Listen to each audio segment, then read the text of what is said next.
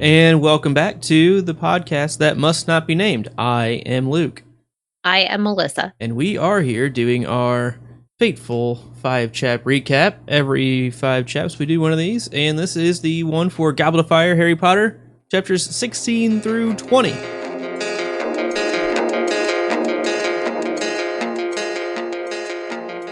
This is the 5-chap recap, chapters 16 through 20 of Harry Potter and the Goblet of Fire. While the goblet heats up, Hermione cools down on the guest. She finds the hoopla over Victor Crumb overrated, and Ron's suggestion that the girl from Beauxbatons is a Vila is ridiculous. The house elves pull out all the stops on the meal, and the rules for entering the Triwizard Tournament are laid out. Naturally, Fred and George start devising a plan to fool the age line so they may enter the tournament. The plan did not go well, as Fred and George are thrown out of the Golden Circle and sprout excellent beards.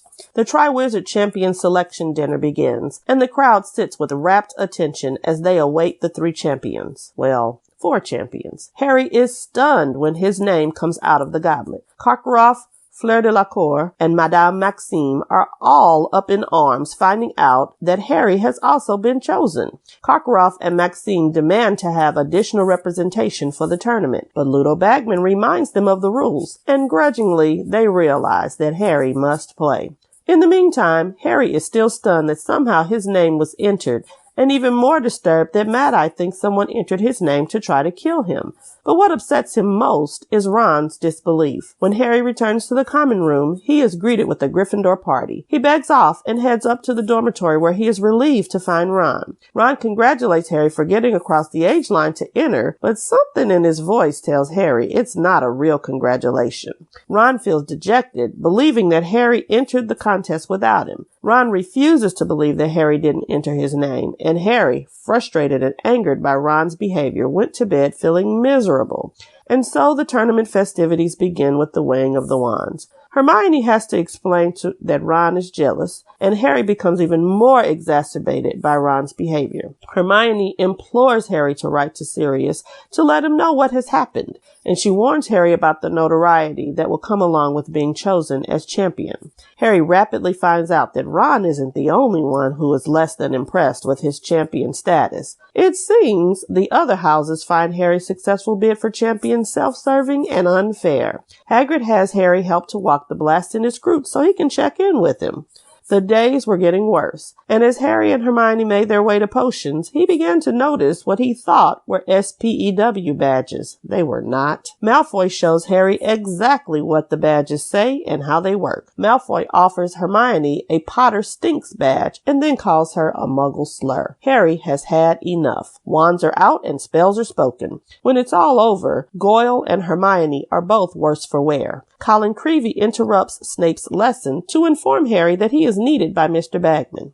Snape is furious and kicks Harry out. Harry is informed that his wand must be weighed for the tournament, and Rita Skeeter steers Harry to a broom closet for a private interview. The quick quote squill fills in what Harry doesn't say. Dumbledore extracts Harry from Rita's talons, and Mr. Ollivander examines and weighs Harry's wand. When Harry enters the dorm, Ron informs him an owl came, and they have detention with Snape the next evening. Harry unrolls the parchment and finds a note from Sirius informing him that he wants to meet face to face. Harry held on to the idea of talking to Sirius face to face as it was the only positive thing in his life.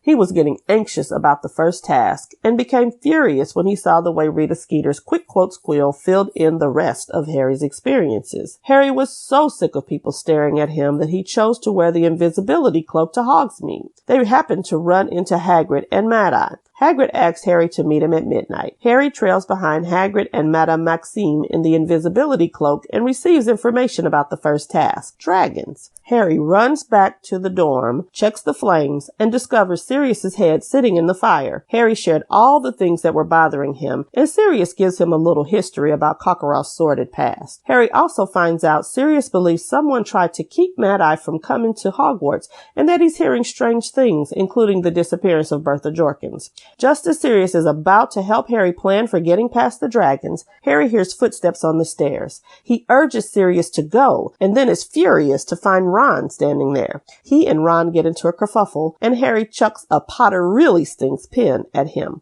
Harry knew that he, Fleur, and Crumb knew about the dragons, so he decides to level the playing field and tell Cedric Diggory. Mad-Eye overhears the exchange and asks Harry to meet him in his office. Once in the office, Mad-Eye helps Harry figure out what he needs to get past the dragons. His wand. Harry begs Hermione to help him learn to perform a summoning charm, and so the first task begins. When Harry goes into the arena for his turn, he shouts, "Accio Firebolt!" The broom flies to Harry's side, and this task becomes more of a Quidditch match. Harry grabs the golden egg to the surprise and shock of all. He is later greeted with a Hermione hug, and Ron starts to come around to the idea that Harry didn't put his name in the goblet. Ron tells Harry all about his opponent's appearances and listens to Little Bagman's clue about the next task. Harry is greeted with congratulations from Rita Skeeter, and he rapidly ends the interview with one word: goodbye.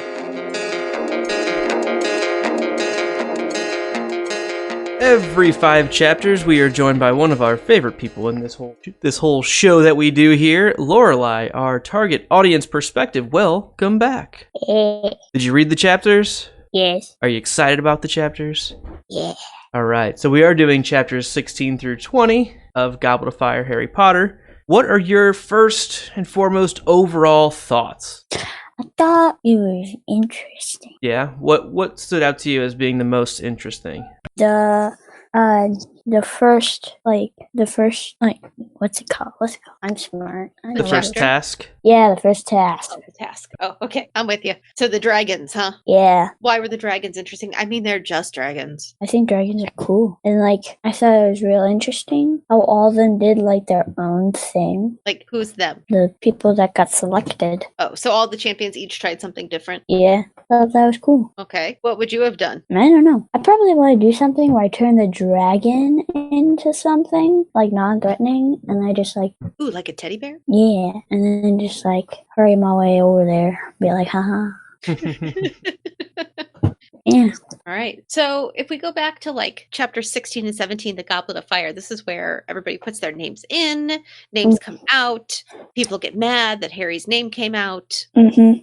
What are your kind of big thoughts on that section? I Chapter thought or it was two? stupid. I had J.K. Rowling, had nothing else to think of to make Harry the main center of idea. So she was like, you know what? We're just gonna make Harry the special one. Again. Ruin Hufflepuff's good champion right here. Ruin Cedric's, spotlight of working so hard. And Harry has to be the main character. He has to be one of them. There's no doubt about it. Oh, something just has to happen that his name gets pulled out. So you feel like the rest of the school. Yes! I mean, I would believe him, it might not be his fault, but, it has to be him, apparently. I would be mad at him. To be you. What? I'm singing. Sorry, I won't do that again. We don't do that. Okay, sorry. I have a question. Fine, what? In her defense, she did name the book series after him, so it has to be about him a little bit. No? Not good enough? Yes, but that is, the stupidest thing ever. The Triwizard Tournament, where, he has to take the spotlight. Why couldn't he just be the one picked out of there?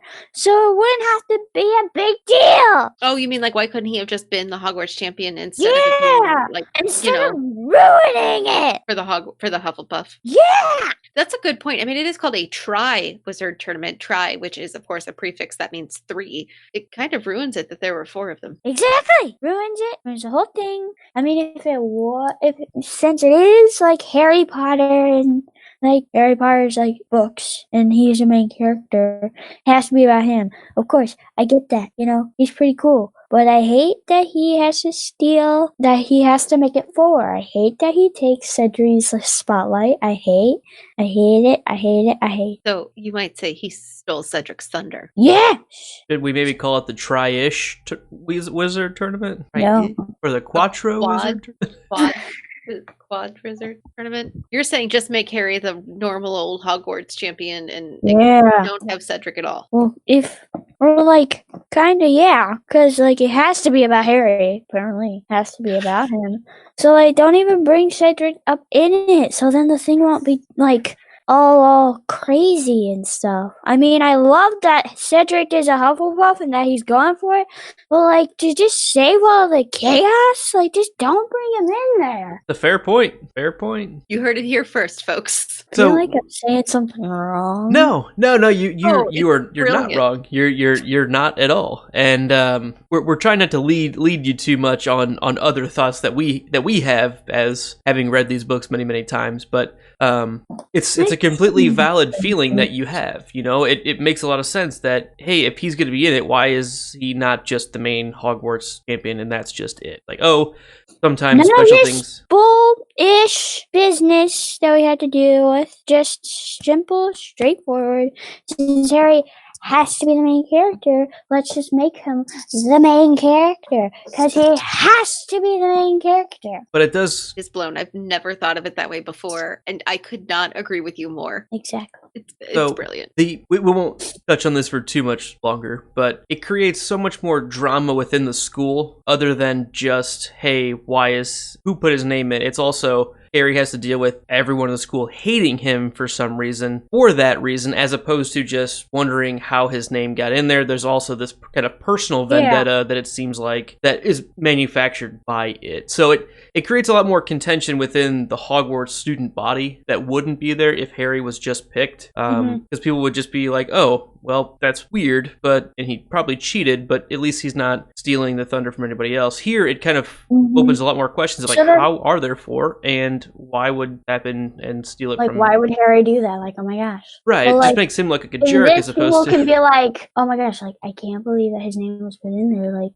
how did he do it? Like, Right. my goodness, like, wow, like, whoa, how'd you do it, man? Instead of like, holy freak, you stole his thunder, I hate you. Yeah, it's even more confusing on, like, how is there a fourth champion? Like, you know, as opposed to just, oh, he had somebody else put his name in there and it came out as the Hogwarts champion. It kind of opens up a big mystery of, well, how is there even possible to have four, right? Yeah, and then we wouldn't have to save, like, all the chapters we had to talk about, and being like, oh my gosh, everyone hates me, my life sucks, even though I'm so famous and I have so much money, my life sucks, I have great friends, and I go to a wizarding school, my life just sucks. I feel like we've gone down the dark side. Someone didn't like this section very much.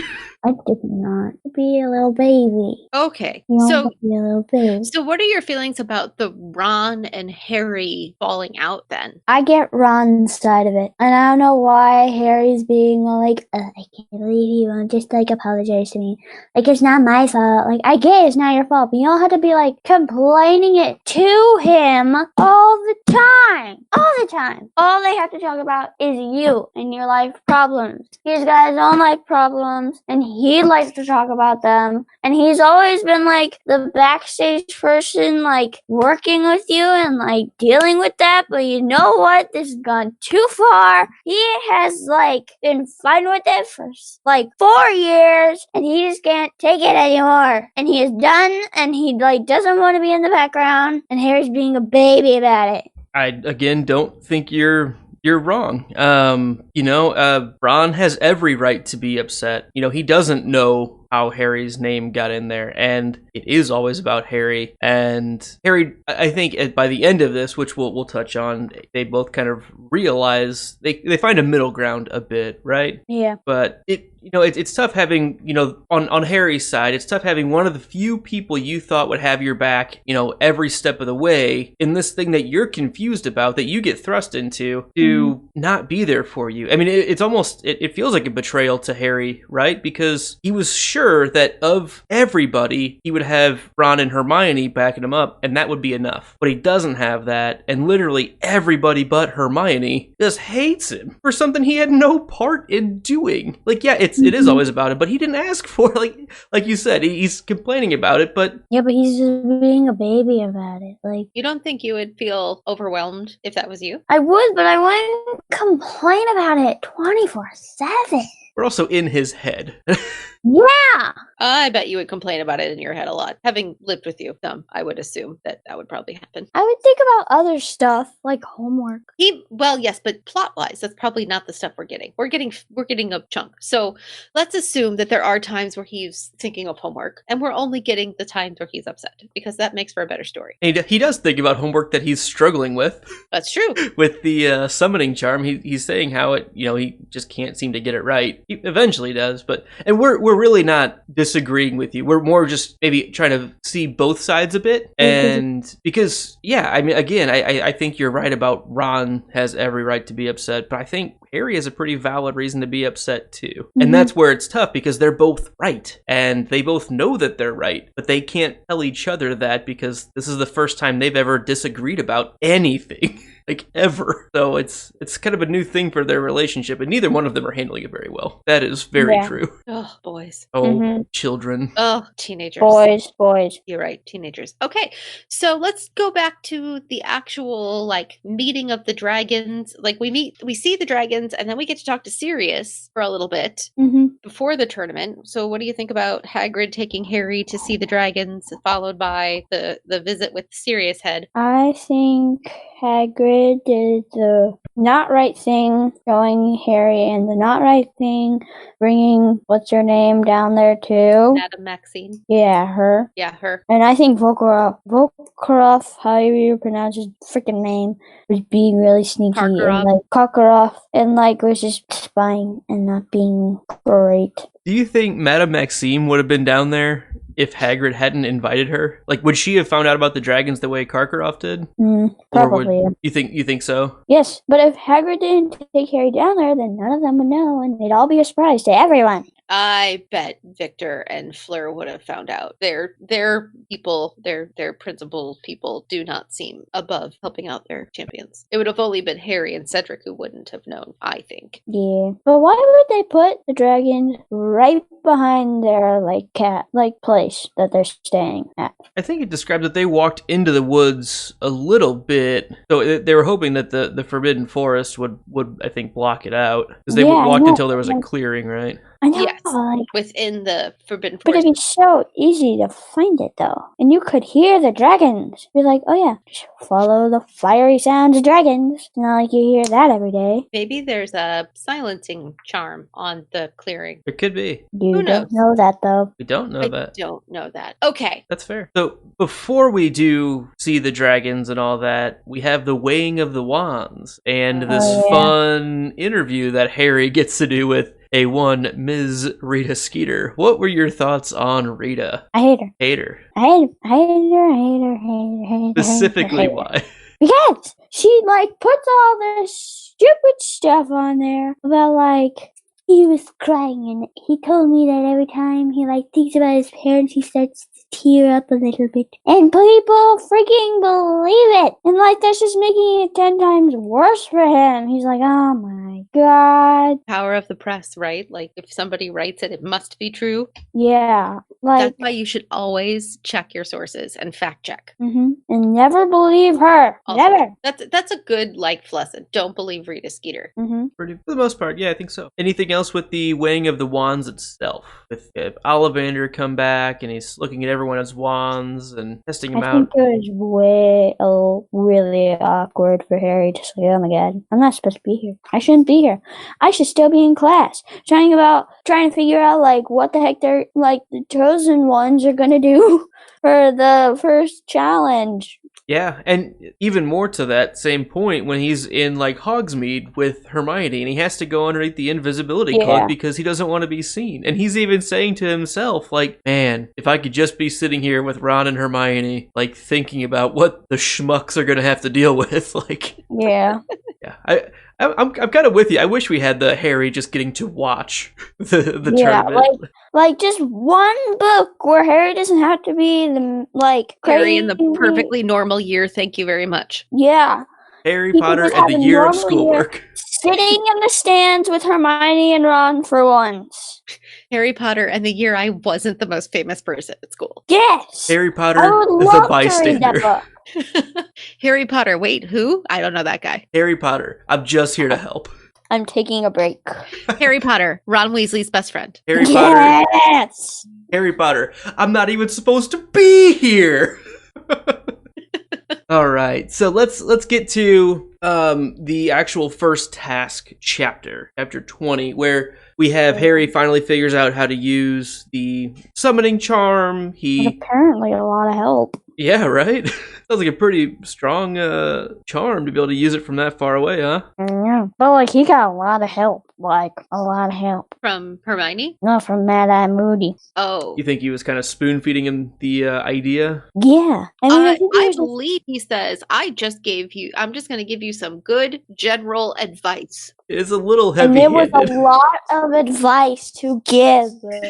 What are you good at? I'm not good at anything. You're good at something if I say you're good at something. What is it you're good at? I'm okay at flying. How do you get what you need? Yeah, it's like, I'm giving it to you. You just need to think it in your dumb brain. Like, I think he's, like, really, really, really trying to help Harry. He's like, bro, I know you, like, didn't want to be in here. I don't think anyone wants you to be here. But I'll help you. I'll help here. I got you. Like Dumbledore forced me to be here, so I gotta make the best deal as possible. So I'm gonna be here and help you. And be like, I met Harry Potter. Yay. I think that's one of my favorite lines that's ever been on this podcast. Hey, bud, I know you don't want to be here. I don't think anybody wants you to be here. It's true, though. So right before that meeting, Harry tells Cedric about the dragon. What did you think about Harry kind of giving Cedric in the equal playing field, kind of giving, tipping his hand on an advantage that Harry would have had? You like it? Just clap. I feel the same way.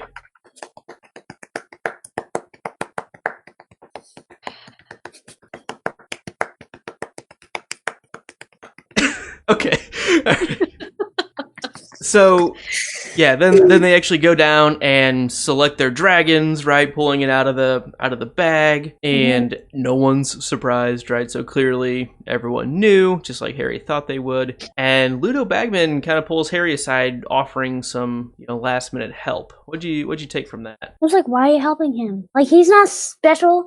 Of course, he's got to be the famous person here. And he's like, oh, you want some help? Like, you want some last minute help? I got you. Like, screw these other people that actually, got into it and weren't freaking lucky. Like, screw them for actually trying hard and actually working for what they got instead of help. And they're not called the champions, but I need to help you. You specifically need help. It's not like you fought a Dark Lord. It's not like you defeated a Dark Lord when you were just a baby. No, okay? Those were other people.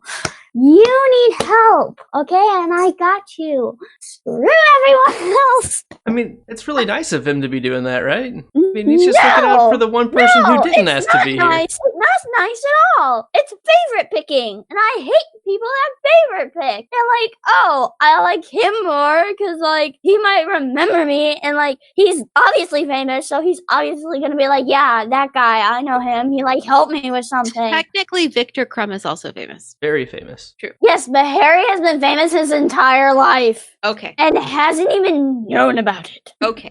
Until he was 11. He's so famous he was so famous he didn't even know. Exactly. That's how famous he was. Victor Crumb is only a Quidditch player. And not everyone in the wizarding world likes Quidditch. So he's not worldly, like, famous.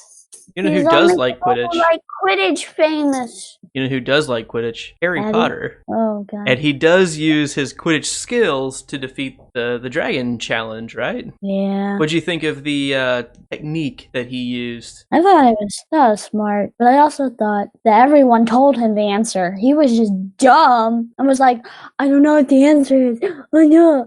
Everyone literally gave you the answer. But he That still did Moody the actual... literally literally gave you the answer. Yeah, but I He was guarantee. like, what are you good at? But Flying? Okay. How are you going to do that? All right.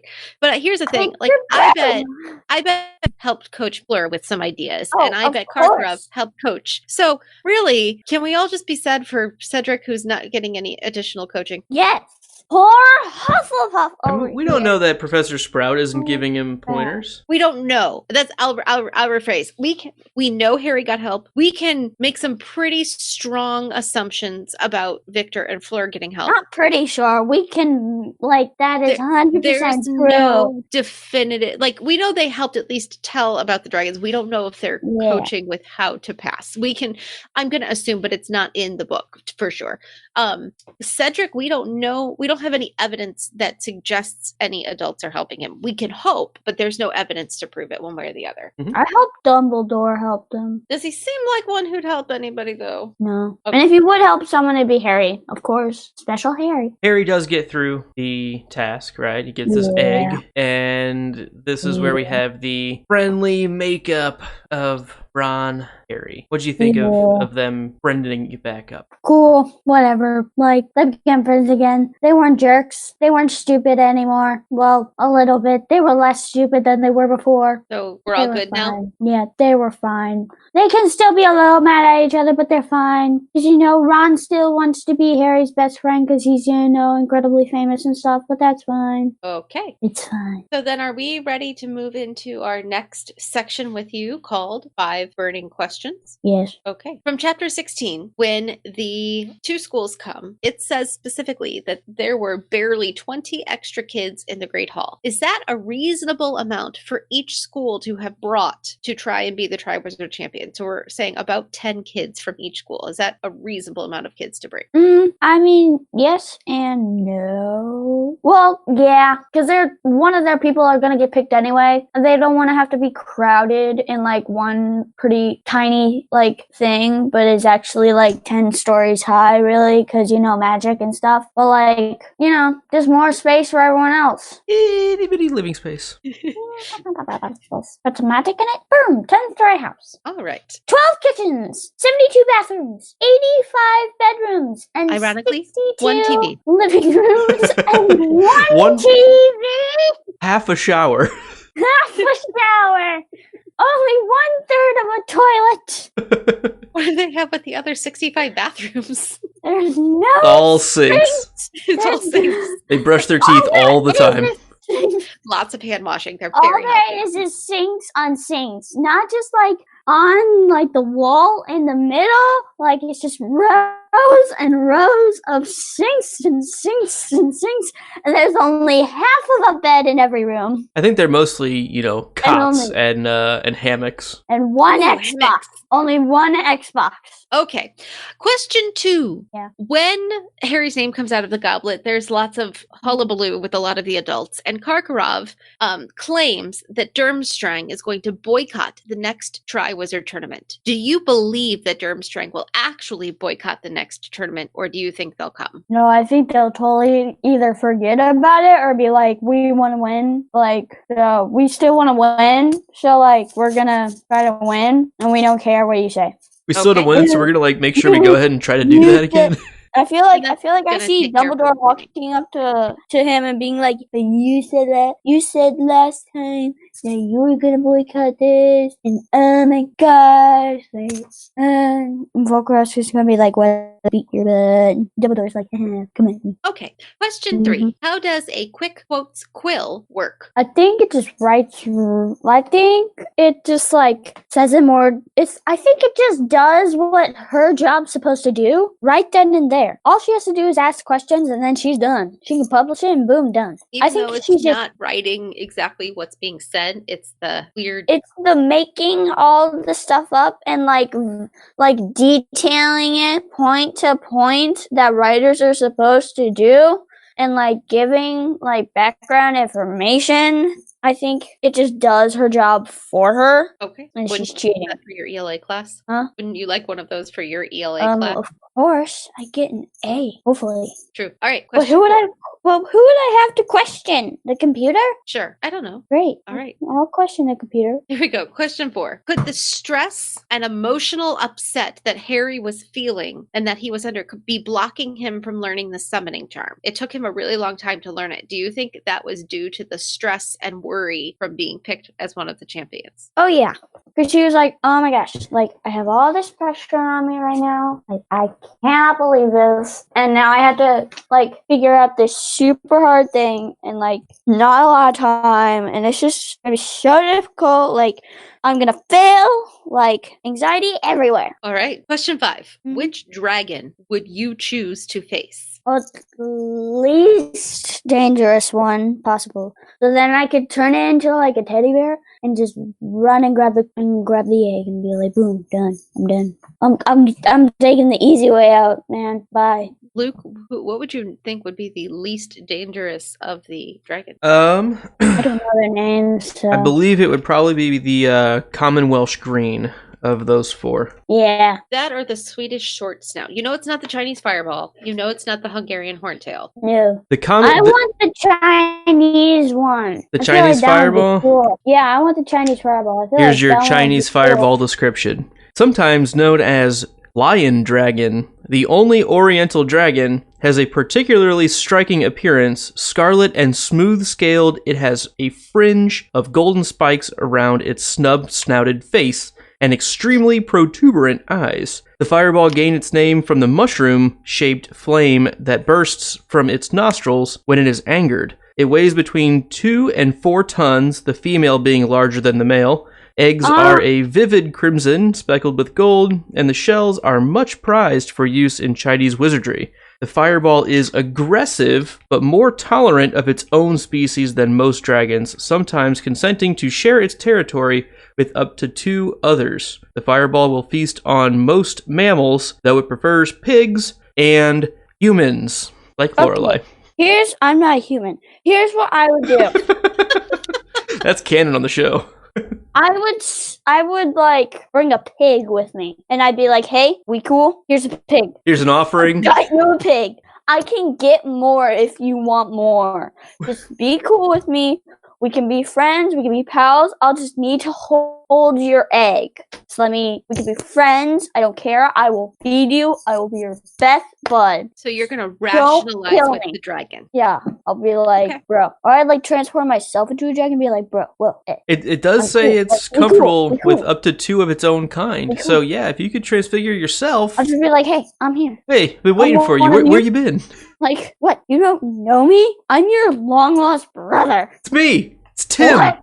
Tim. I'm Tim. I'm Tim. I'm Don't Tim, you the remember lion me, dragon. Daryl? Don't you remember me, Daryl? Tim. I mean, come on. No, like last month we were at that thing together. it was awesome. With the guy. Remember thing the with the guy? the thing with the guy and the stuff? Remember? Come You on, were there, you man. remember me. And the stuff. I your was long right lost next to you. brother. All right. By the way, I have your egg. And He about just like turns around, dude, just like, bro, you don't recognize me? I feel hurt. I gave feel you that hurt. golden egg to hold. Oh, there it is. feel Thanks. Hey, Quink eating. Thanks for holding that for me. Wow. Remember the guy? Yeah, he gave me this egg, and I told you to hold it for me. And the next time you see me, I'll need it. So I need it. This is that time. Yeah, this is a bad time for me right now. But I'm gonna have to take my egg back. I'm sorry. I know you like it a lot. I just need my egg back. So, Lorelai, I want you to put a request out for the fanfic of Tim the Dragon. Tim the Chinese Fireball. Yes, and his brother Larry. his long lost brother, Larry. No, I'm the long lost brother, Tim is Larry. the long lost brother. Tim is the long lost brother from Larry, and Larry has Tim's egg, and Larry won't let Tim get his egg back that the man got him the last time they saw a month ago. I Yeah, feel like fix this is With the we can make man this. and the stuff. I feel like this needs to happen now. I feel like this needs to be a book. I feel like I need to email your ELA teacher and force him to make you write this. No, too mom of me. I'm sorry. I pulled the mom card too much. Well, the My mom bad. And the tone shifts. Don't look at me. You ruined the tone. Speaking of ruining things, Hashtag ruined it. what was your favorite line? New hashtag. What? I'll repeat. Do you have a favorite line? Velibus, bless you, says Ron. Bouillabaisse. Oh, bless you. Bless you.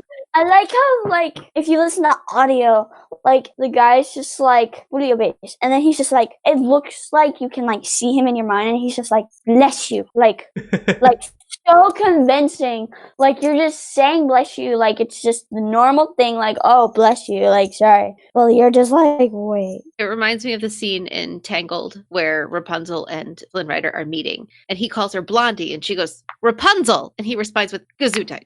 Same idea. Like, that word, like, the word that she is saying is so foreign that it must be a sneeze. Yes. All right, last question. Mm-hmm. Who is your section MVP? Cedric Diggory. One, because he's a Hufflepuff, and Hufflepuffs are awesome. Hufflepuff should rule the world, I think, and I will fight you for that. So, physically fight you, mentally fight Luke. Okay, and point number 2. And because he was so cool that Harry was there. Like, he didn't wear the Cedric, like, is awesome, Harry sucks badges. He didn't do any of that. He didn't criticize Harry. He didn't even, like, say anything bad things about Harry. He was just like, you know what? Stuff happens, man. It's not his fault, you know? So I'm going to be cool with it, and I'm going to do my thing while he does his thing, while she does her thing, while he does his thing over there. We're going to be fine. This is fine. It's just a coinky dink that I'm here. Like, we're cool. And I'm still going to be nice to him because I'm a Hufflepuff, and we're so nice and kind, aren't we? Yes, we are. We are kind. We're kind, darn it. We are very kind. I'm so kind. It just ekes out of me. I'm kind. This is a kind rage. I'm kind. It's like being Canadian. I'm sorry. I don't mean to be so kind. I'm so kind it hurts you. She's physically killing people with kindness. I am kind. I just get out a knife. I am so kind. All right. Get out my wand. I am kind. Well, this has been one of the most Lorelai the lion dragon episodes we've ever had. So Leon. Wait, no, what's his name? Tim. And Tim and Larry. Yes, Tim and Larry, the lion dragon. long lost brothers who apparently saw each other a month ago. Okay. But Larry doesn't freaking remember. Gosh. Well, Larry. hopefully in a little over a month, about 6 weeks, you'll remember who we are. And we can chat again. I'm Tim. Okay, Tim. It's been nice talking to you. Thanks, Tim. Yeah. See you next time, Tim. Bye, Tim. Bye, Tim. Bye. I am a lovely human being.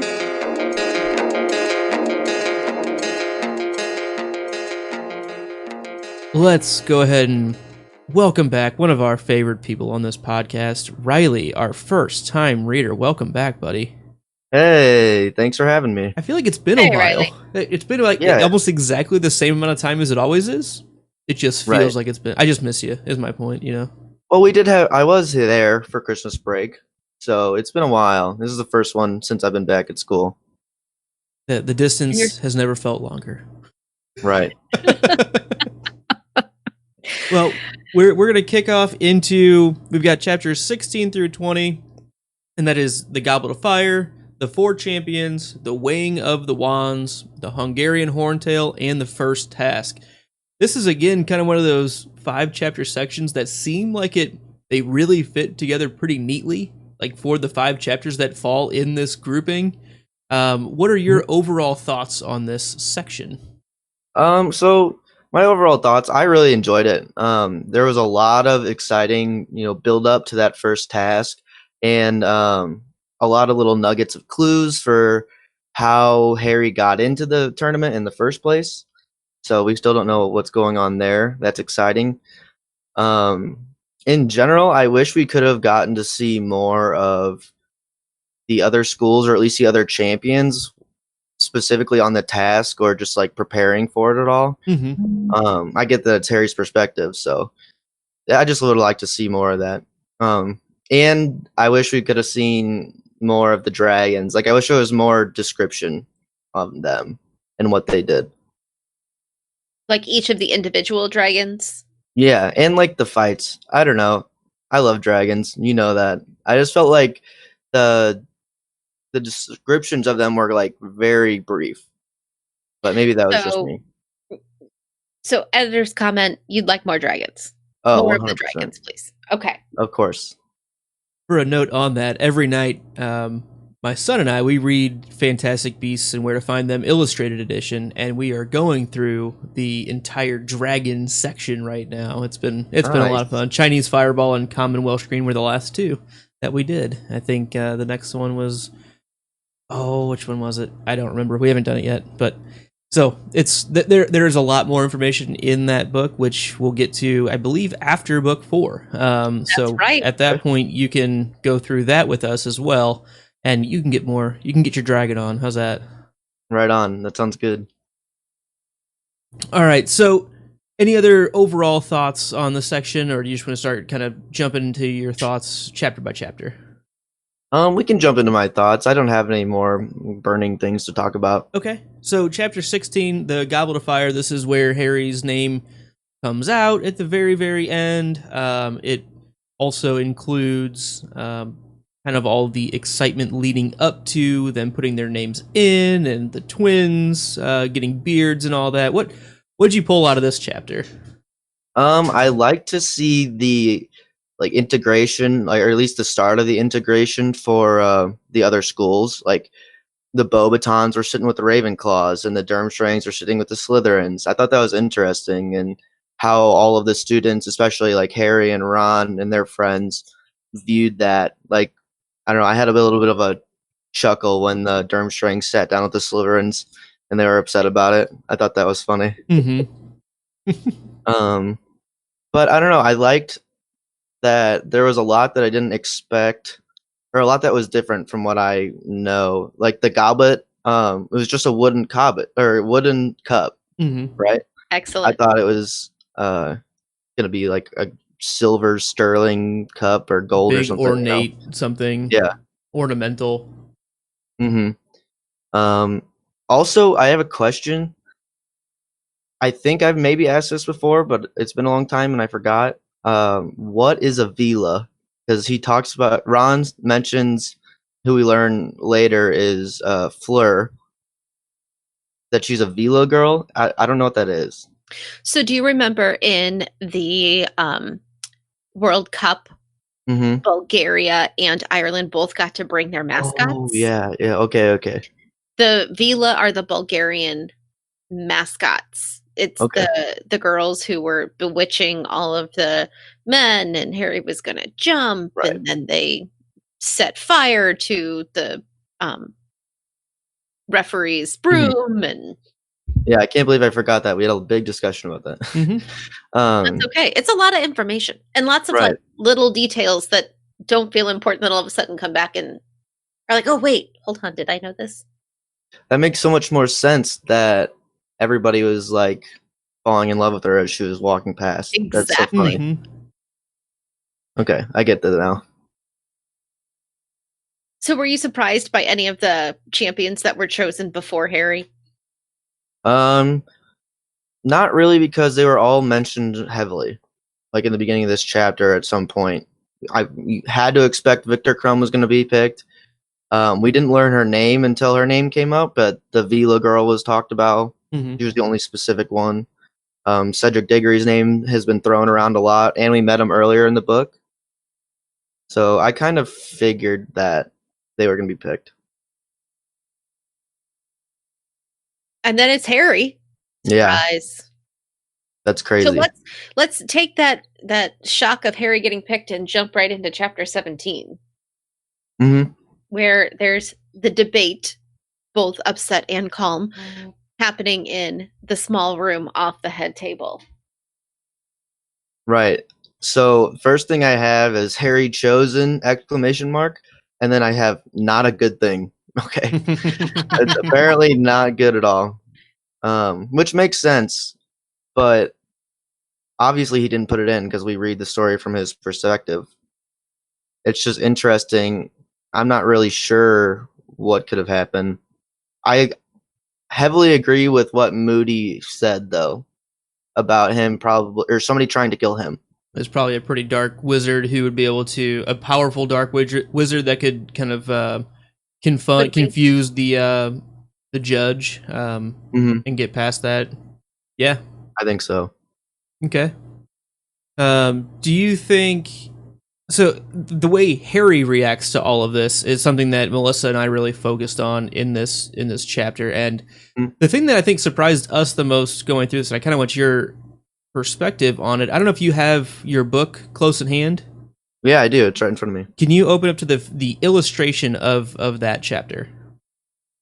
Yeah. And just describe it for me. Oh. So Harry's standing alone, looking at his shadow. He looks very small. Like the camera angle on this picture, the way it's drawn, it's top down kind of, and he looks very short and weak almost, or lost. I think that's kind of how I feel that he felt. That's how it's portrayed to me, at least. Like, yeah, he felt so lost. He wasn't expecting to do any of that.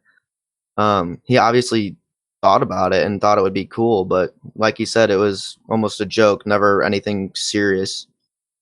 So I think that'd be very scary, especially when, later on your closest friend turns against you for that, and everybody in the school, it seems like, is against you.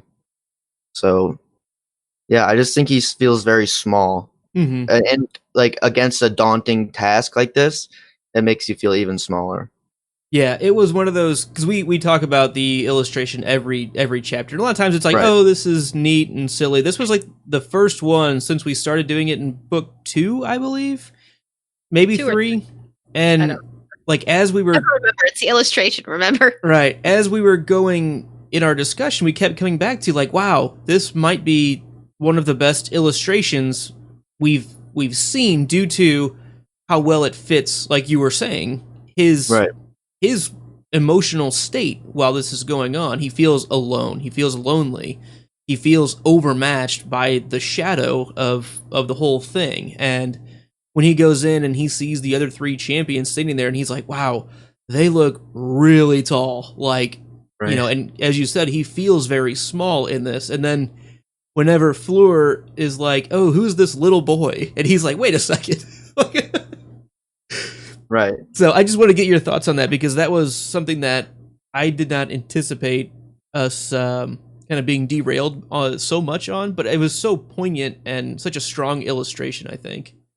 No, I agree with that. I didn't even look at it, honestly, beforehand, so I didn't notice that, but definitely looking back, and I think the fact that I read it first and then saw it made me realize it even more, that it's very, I don't know, it fits well.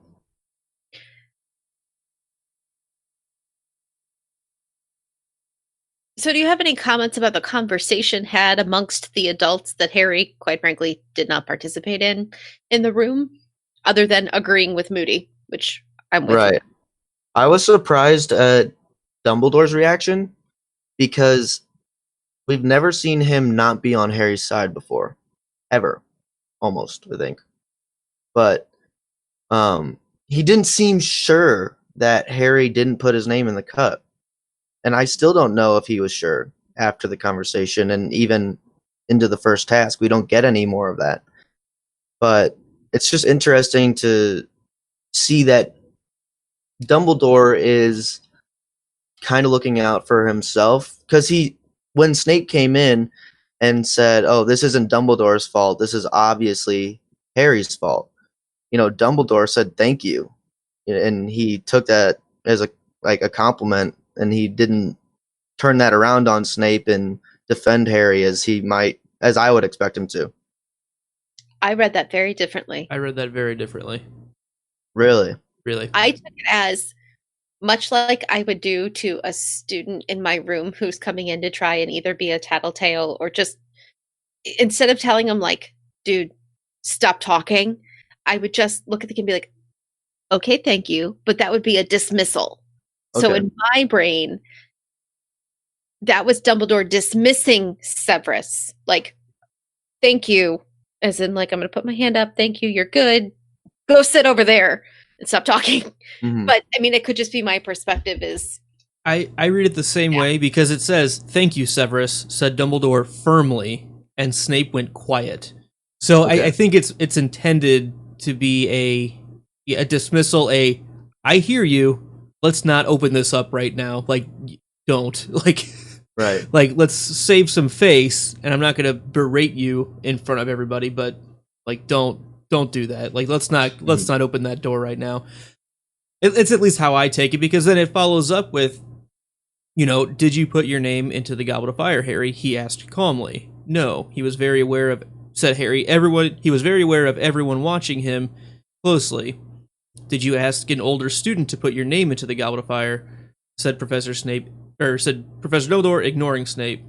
And so he kind of keeps his cool and just asks him, and that seems to be enough for Dumbledore. Is he asked him these two questions, and at least that's how I've always interpreted it, is that was enough for Dumbledore. He just needed the answer, but I can see, I mean, that initial line that you pointed out, if you take it the other way, it completely colors the rest of the conversations differently. Right. So I agree with that. I think I may have overlooked that. But I feel like I would have expected him to be a little bit more outwardly on his side. But I get that Dumbledore is the kind of person who's going to weigh his options and think about something before he really makes a decision like that, especially around high-level wizards and adults. And I think you are probably not the only person in the world who has made that rereading of this particular scene, that Dumbledore does not believe Harry. So, right, it happens. The one extra thing I want to just throw in there is Dumbledore's a little bit being accused here too. So if he overly shows defense of Harry in front of everybody, maybe that makes him look even more guilty because they all think that Dumbledore did it or he made a mistake. Right. I mean, they think he's colluded for part of this, and so maybe that's another reason why he gets the answer and then stays a bit reserved, where McGonagall is like, no, this is ridiculous. Like, no, absolutely not. Mm-hmm. So another surprising thing about this conversation for me was the excitement of Bagman immediately. It was just, did he do it? He's the guy organizing the tournament. I just thought it was a little out of place that he was so excited. Whether it was, place. I'm sorry? I think he's just a little out of place. Probably. He does. He's just like an off character, kind of, to go with what you're saying. Like, he just, you're right. Like, his reactions are questionable. Not that they're like evil, but they're just inappropriate for the situation. Just a little extra. Yeah. But not like Lockhart extra, but like, yeah. A different kind of extra. Mm-hmm. So then we make it out of the room. Right. Finally. Harry gets to play, whatever that means. And then he goes back to Gryffindor Tower, where there's a party. Yeah. And he walked back with Cedric too. If I don't know if you have anything on Cedric's, basically Cedric and then like all the Gryffindors' reactions to Harry here. Well, Cedric's reaction at first I kind of understood, because he gets picked. He's Hogwarts champion. He's in the room with the other champions. And out of nowhere, there's another one, and it's the kid who's got all of the fame already. So, and I know he's described as a pretty guy and charming and popular, but he's an older student. This is probably his opportunity to be in the front of the spotlight for Hogwarts. And not that he was a jerk at all, but he was definitely reserved about believing Harry. He didn't believe him at first at all, which I understood. You think he believes him after Harry says I didn't do it? No, I don't think he changes his opinion about Harry until Harry tells him all about the dragons. Or at least until the dragons are confirmed. Yeah. But I think you're pretty right on that. Like, why should Cedric, one, trust him on any of these things? But that telling you about the dragons is a pretty big, vote of confidence of like, hey, like, I'm just here, man. Like, yeah, let's just make it through. So yeah, we have the Gryffindor Party as well, where everyone's super excited and throwing a party, and just everyone's asking him, "How'd you get your name in?" And he's like, "Just let me go to bed. Like, I don't want any of this ever." Yeah, I don't know. I understood that the Gryffindors were excited. They wanted somebody in, and especially because it wasn't completely within the rules, I'm sure it was even more exciting, especially with rule breakers around like Fred and George. But I was very surprised that Ron was upset. I was. Ooh, why? Well, initially I was surprised once Hermione kind of explains that Ron's probably jealous and he's pushed to the wayside a lot. It made sense to me, but just so far we've only seen them be so close together. They're always in cahoots. They're always on the same page. So it was just surprising to see this like part of their relationship start from that. Mm-hmm. Because we know Harry didn't put it in. Do you think Ron knows that? Like, he knows that? Or do you think it's like... I think that first conversation in their bedroom, he didn't know that because he said, like, you don't have to lie to me. I understand why you are. But as Harry continued to deny it and he didn't, like, accept it, I think Ron kind of figured it out. But he wasn't going to... He was doing the same thing Harry was doing. He wasn't going to give in. Right. You've already made your stance. You can't be the one to budge back. This is the hill I'm going to die on. Yeah. Right. But they, Hermione's there kind of for both of them a bit, and they go through some of their classes, and Hermione brought Harry some toast. Toast. It was we just got to bring that back one more time. As we do. As we do. So this is all in chapter 18 now, and we have the weighing of the wands and all of that excitement. What would you take out of chapter 18? 18 was, I think for me, kind of the lowest point in this section. Not that it was bad, but it was just another like exposition to this first event, and we get introduced to the Rita Skeeter Harry Potter relationship, and that story where she lies about pretty much everything that he says, or embellishes. Well, there's a difference. I know. I'm teasing. Harry and Malfoy get into a fight, but they don't actually hit each other. They hit each other's friends. Ooh. And Snape doesn't help at all, which is Snape.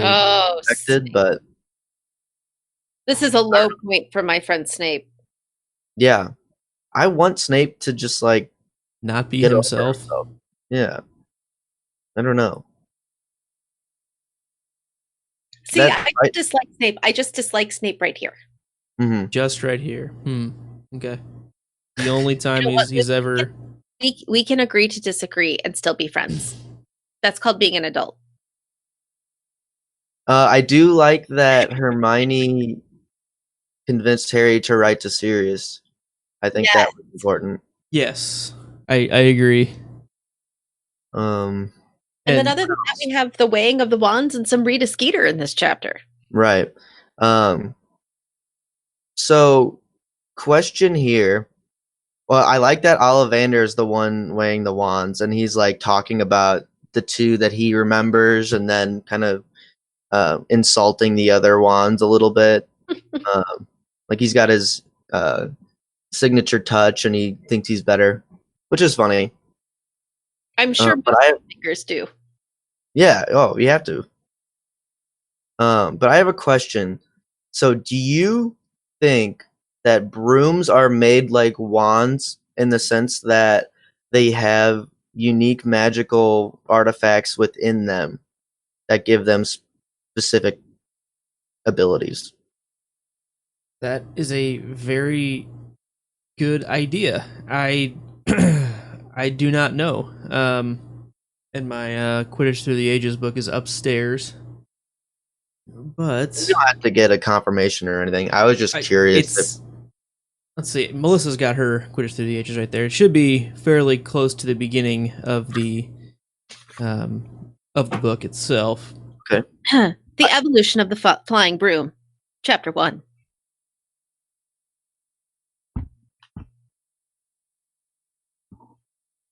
All right, are you ready? Mm-hmm. Here we go. We are so accustomed these days to the fact that every wizarding household in Britain owns at least one flying broomstick that we rarely stop to ask ourselves why. Why should the humble broom have become the one object legally allowed as a means of wizarding transportation? Why did we in the West not adopt the carpet, so beloved of our Eastern brethren? Why didn't we choose to produce flying barrels, flying armchairs, flying bathtubs? Why brooms? Barrel rider. Nice. Shrewd enough to see that their muggle neighbors would seek to exploit their powers if they knew their full extent, witches and wizards kept themselves to themselves long before the International Statute of Wizarding secrecy came into effect. If they were to keep a means of flight in their houses, it would necessarily be something discreet and something easy to hide. The broomstick was ideal for this purpose. It required no explanation, no excuse if found by muggles. It was easily portable and inexpensive. So no, I don't believe there was. They're just bewitched. A magical thing. Okay. They're simply bewitched, specifically because they are a common household item that would not arouse suspicion. As Sure. opposed to being a magical utensil that is employed to focus magic. Because wizards, as we know, can do magic without a wand, but that is used as a focal point. Okay. I do like the idea of like having a magical portion in there. It's a neat idea. Right. But yeah, I believe they're just bewitched. Yeah, I just didn't know if like the firebolt might have a phoenix feather in it or something. That'd be cool. I don't know. No, it's more of a craft-based production. Sure. So it says, as wizarding families in those days, meaning like medieval times, made their own brooms, there was enormous variation in the speed, comfort, and handling of the transport available to them. By the 12th century, however, wizards had learned to barter services, so that a skilled maker of brooms could exchange them for the potions his neighbor might make better than himself. Okay. Cool. Wizarding economics. So it's more of a question of engineering and design that makes a good broom. Yeah, and I guess the quality of bewitchment.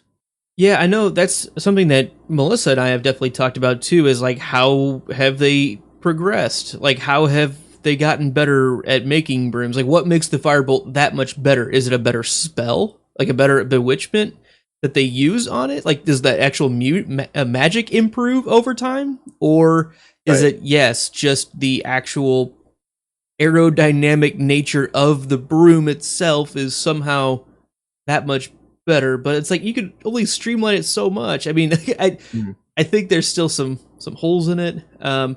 Yeah. But it's a really good question that you brought up, and I hadn't thought about it that way, and I couldn't remember exactly. I'm glad Melissa read that portion of Quidditch Through the Ages. Right. Cool. But no, that's all I thought about really in terms of the weighing of the wands. I liked the different unique reactions that the wands had to whether it was being weighed or being tested. I thought that was interesting. All right, are we ready to move on to chapter 19 with the So we have the visit to Hogsmeade, we have the meeting with Sirius, and then we have the dragon introduction, or switch those last two in order, but still. Yeah, so Hogsmeade was crazy because we saw that Moody can see through the invisibility cloak. Yeah, what are your thoughts on that? I don't know. once, I don't know if it's this chapter or the next chapter, but once Harry goes to meet with Moody, we see that he has all these gadgets and like cool abilities that allow him to see through things. So I guess that makes sense, but he just seems so powerful. That may have been in chapter 18 after, or no, that has to be after this because it is. It has to be the beginning of next chapter. Yep. Yeah. It can be the same conversation. We don't have to stop you. So I agree. Yeah. I mean, how many different things does he have? My concern is more like, what else can he see through? But that just might be me. Realistic question. Yeah. Can he see through walls? Can he see through? I mean, I think he can see through books because at one point didn't he tell one of the girls in class to stop passing a note, like earlier, at least through a desk, something like that. So that kind of concerns me. That amount of observance. omniscience. Yeah. Yes. Yeah. And that Hagrid reacted not upset at all to to Harry being at Hogsmeade. Not that he would be upset, but he was just like, "Oh, hey, Harry." Well, why would Harry, he be upset? Yeah, Harry can be there now. He's allowed to now. Is he? Yeah, Sirius signed the permission form at the very end of Book 3. That was what Pigwidgeon had delivered, was the signed permission slip. I forgot about that. Yeah, and Harry's like, that's going to be good enough for Dumbledore. He was just wearing the cloak to hide from everybody. Yes, for not deal with the people because he doesn't want a people. Right. Okay, I forgot that. Yeah. Well, and then we go out with Hagrid a bit.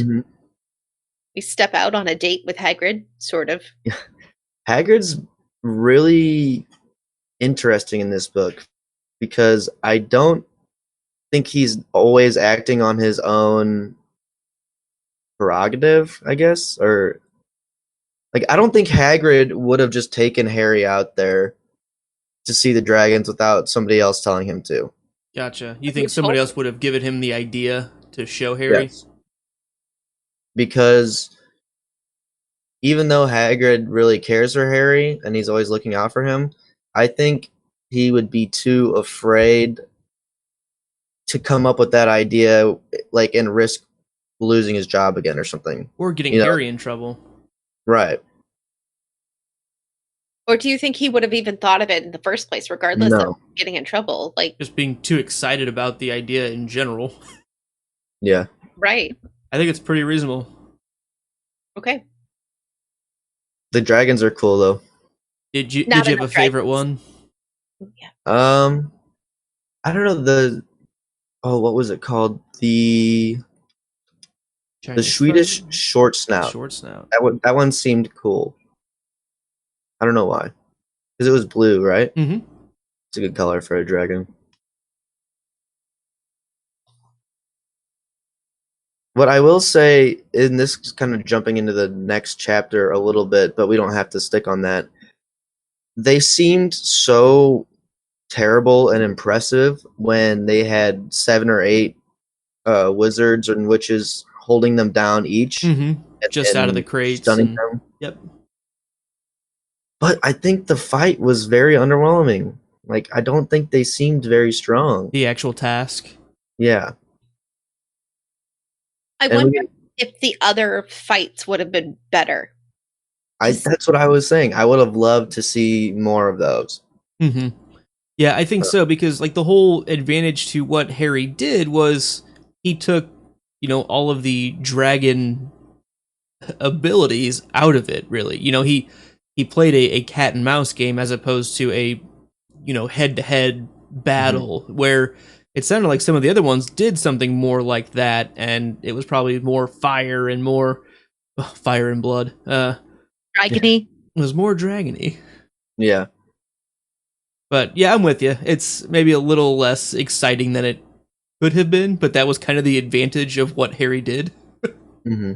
And I mean, if we want to jump to that, like I have the notes of that fight. Like I think Harry's approach was very intelligent, and he had help, obviously, but I think he was allowed to deduct what he needed to do, and I think he was very intelligent about how he did it.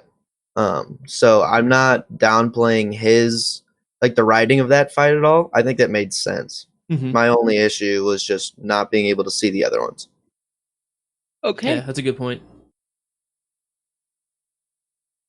So after we are first introduced, so I'm gonna jump back to the end of last chapter just to talk about the serious conversation. Head in the fire. So that was okay. Yeah. What are your thoughts on Sirius's head being in the fire, just like we saw earlier in the book? Yeah, I thought that was cool. I like that he is like always coming up with a new way to talk to Harry. Like I feel like Sirius is really powerful, and I think we know that, but I am excited. I hope we see more of him. Mm-hmm. And they almost get interrupted. Right. Well, they do. Right. They do get interrupted. They don't. Harry doesn't find out what the simple spell Sirius wanted to tell him was. And maybe the spell that he does figure out later on was that, but I don't necessarily think so. I think Sirius had something different up his sleeve. But they do get interrupted by Ron, and that's when Harry like goes from "I'm kind of done dealing with you" to "I'm like actually really angry with you." Mm-hmm. So I thought that was an interesting turn. I think it was nice for Harry to finally. Harry tends to be the kid who just shuts down when things are difficult. He doesn't respond, like we saw in the room right after this. I was going to say the sorting, the choosing of the champions, all the adults are talking. He just sort of stands there, but he finally lashes out at Ron, and I think Ron deserved it. Like Ron needed to hear some of those things, so not a bad use of a blow up. Not at all. There you go. Something for you to wear on Tuesday. You might even have a scar now if you're lucky. That's what you want, isn't it? Mm-hmm. Ouch. So yeah, then we have Moody finding out, or kind of catching Harry telling Cedric about the dragons, which I thought was a pretty strong Harry moment, and like good on you. That's the kind of the right thing to do. That's a Gryffindor thing to do. And then we have, we kind of already talked about being in Moody's room. We talked about so I guess the tent before the matchup, the task where we have all four champions and they pick their dragons, and it clearly all four of them knew what to expect. So we know that the other two headmasters did tell their students. Were you surprised by that at all, or was it just like, no, that's exactly what was going to happen? I think Harry figured it out. He was right. I wasn't surprised. Mm-hmm. So I guess the aftermath of the task is, Harry's getting tended to by Madame Pomfrey, and Hermione comes in, and Ron comes in, and take it away in your thoughts on this reunion, I guess, almost. Yeah, this is when Ron and Harry kind of make up, right? Mm-hmm. Yep. I think that's a good spot for that to happen. I think it makes a lot of sense. Like, Harry literally said, I think somebody might be trying to kill me. I'm not trying to prove myself. And Ron saw that almost happen. Like, not that Harry was struggling in that task at all, but I'm sure that the other ones did. And not that it was an easy test to complete at all. So. Well, and maybe Ron realized, like, I couldn't have done this. Mm-hmm. You know what I mean? Like, I can't be mad at him for doing it without me, because there's no way I'm ready for, you know what I mean? Maybe some self-actualization there. Right. Also, I like that his name's Karkaroff. Yep, Karkaroff. Yep. Karkaroff. I like that he gave him a 4. And he was obviously the best one. Why do you like that? I just thought it was funny. I don't know. There's obviously disdain because of what happened. Harry being chosen later. French skating judges, the Olympics all over again. It just seems a little bit of a conflict of interest to have the headmasters of the schools judging, but I don't know. We're not going to disagree with you on that one. Riley, I really like when you come on here and make all of my points again for me. Yep. That makes me so happy. So I think, and you all can stop me if you're not, but are you ready for some 5 burning questions? I think so. All right, here we go. From chapter 16, question 1. When Beauxbaton and Durmstrang came, it says there were barely 20 extra kids. Is that a reasonable amount for each school to have brought? Only 10 students each.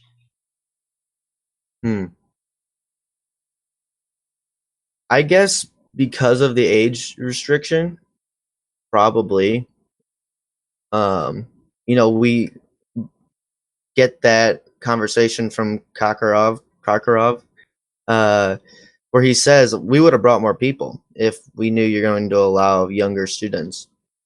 So I think that they probably were hindered a little bit to try to choose the best students out of that age crop, and there might have been more options in the lower brackets. So I think, and they seem like they're smaller schools in general, but that may just be my assumption. So I feel like they probably don't have a lot of options in the first place. Okay. Question 2, chapter 17. Do you think Durmstrang will actually boycott the next tournament like Karkaroff threatened? Honestly, kind of like I said, other than that conversation where he says that, we haven't gotten a lot from Karkaroff, or we got a little bit of Madame Maxine and him in the forest, but we haven't seen a lot of what their students are saying, and we haven't seen a lot of other perspectives right now. So I personally don't know. I think probably he won't.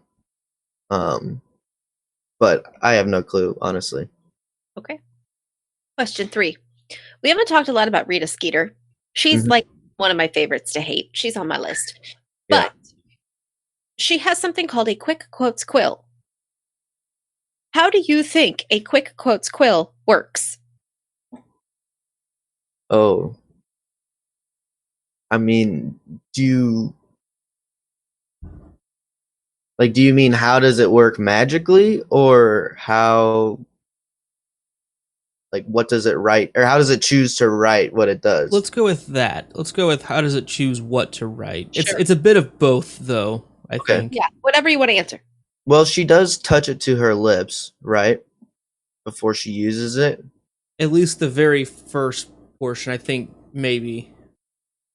So I think that somehow when she does that, it creates a connection to what she actually means, as opposed to what she's maybe saying, so that when she says something or either hears it, it writes down her thoughts, or at least how maybe she's trained the quill to know kind of what spin she wants to put on it. Okay. And you are correct. Before it gets used at all, it says, because she says, "You won't mind, Harry, if I use a quick quotes quill. It leaves me free to talk to you normally." "A what?" said Harry. Rita Skeeter's smile widened. Harry counted 3 gold teeth. She reached again into her crocodile bag and drew out a long acid green quill and a roll of parchment, which she stretched out between them on a crate of Mrs. Scour's all-purpose magical mess remover. She put the tip of the green quill into her mouth, sucked it for a moment with apparent relish, then placed it upright on the parchment, where it stood, balanced on its point, quivering slightly. So Right. I hadn't really thought about that being a connection there, that it's almost like, I don't know, takes her DNA into the quill a bit. Oh, it says it again the next time in the same chapter.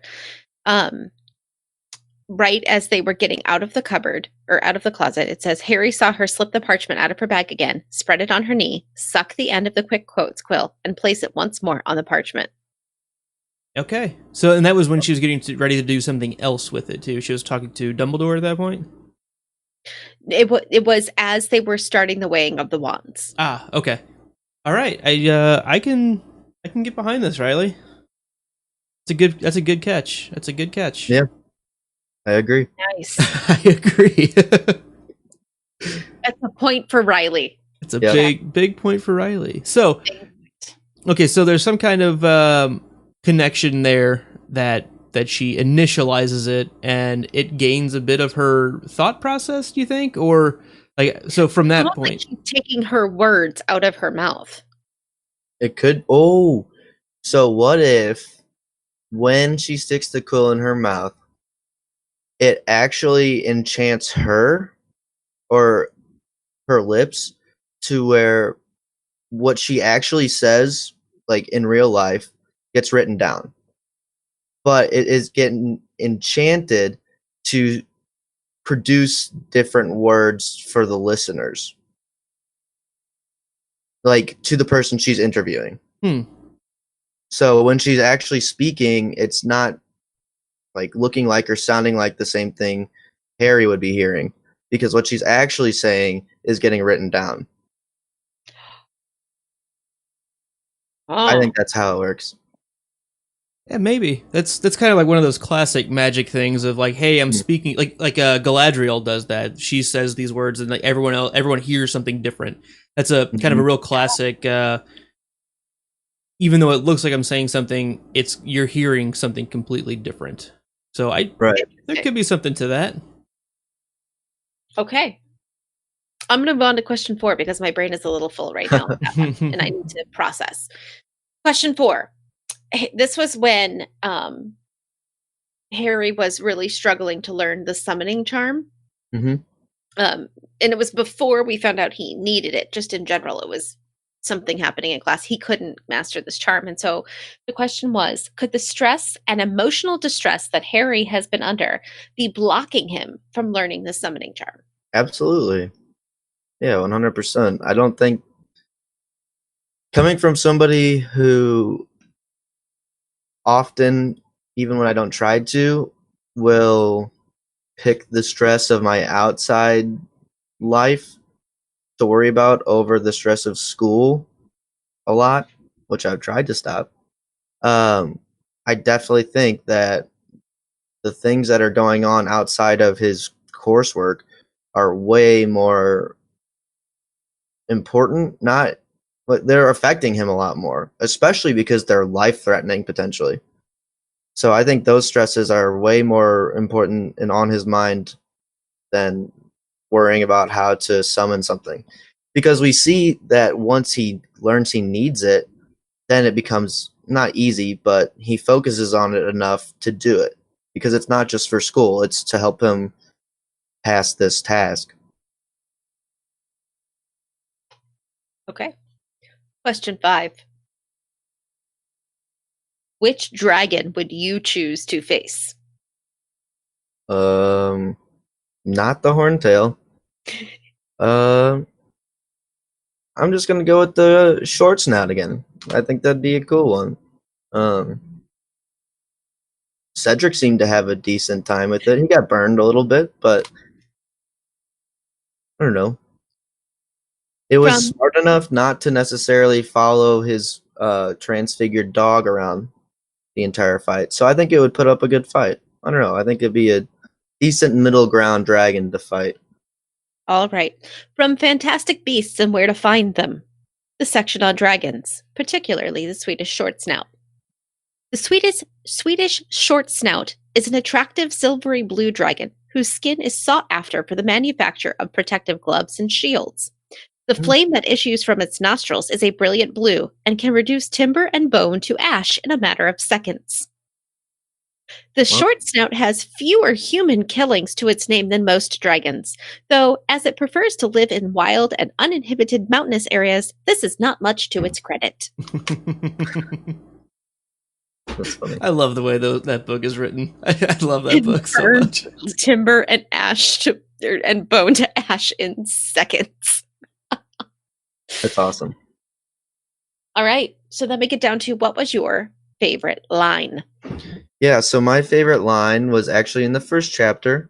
And it's kind of a little exchange more than a line, but it's right when they sit down for the feast after they're introduced, and it says, "What's that?" said Ron, pointing at a large dish of some sort of shellfish stew that stood beside a large steak and kidney pudding. And I'm not even gonna do this justice, but Hermione says bouillabaisse? Bouillabaisse. Bouillabaisse? Hmm. Okay. And Ron says, "Bless you." Bless you. It's bouillabaisse. Bless you. Bless you. It's just, I don't know. Ron always has the best lines, or at least one of the Weasleys. I always go for the funny ones, usually. I just thought that was so funny. That's the first one that stood out to me this section. Maybe it's the first or second page. But And your last job is to dub a section MVP. yeah, so this one was pretty easy. It's got to be Hermione, this one. She only talked about spew for like 3 pages, so that was fine, and she really kept Harry on track. And Ron, I'm sure, off screen, but she helped him prepare for the task. She convinced him to talk to Sirius, which also could have helped him. She's the only one that stood by Harry, closely to comfort him and support him through this. So I think it's got to be Hermione. I don't think there were really any other options besides Harry, of course. But yeah, for me, it was Hermione 100%. Strong choice. I agree. We approve. Who would you guys have said?